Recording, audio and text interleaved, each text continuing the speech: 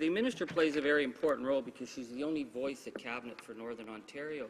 But I didn't hear any mention of Northern Ontario, or particularly the hammering that's happened in Thunder Bay economically. Now, I'm looking at today's unemployment figures, and I'm looking at the government's calculation for what regions deserve to be given the extended EI benefits, and Thunder Bay is one of those regions that should have gotten it. And yet we saw no action from this government. In fact, when it was Edmonton and southern Saskatchewan and southern interior BC that were pushing for extended EI benefits, it was opposition MPs, NDP MPs that pushed for it. So other regions of Northern Ontario are eligible for the EI extensions, but Thunder Bay needs it. It meets the criteria. The Prime Minister has said he's refusing to add any other regions.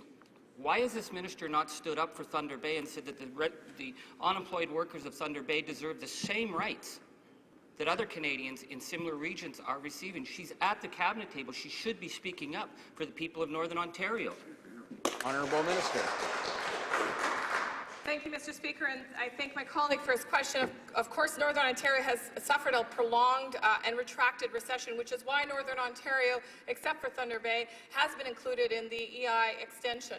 And I'm very proud of the fact that I speak loudly and clearly for Northern Ontario. As a matter of fact, one of the privileges I had recently was being beside our Minister of Innovation and Science as he announced over $2 million to a First Nations company that is investing in solar-generated power, giving a much-needed economic boost to those 6 First Nations that are part of this conglomerate, but also to our region.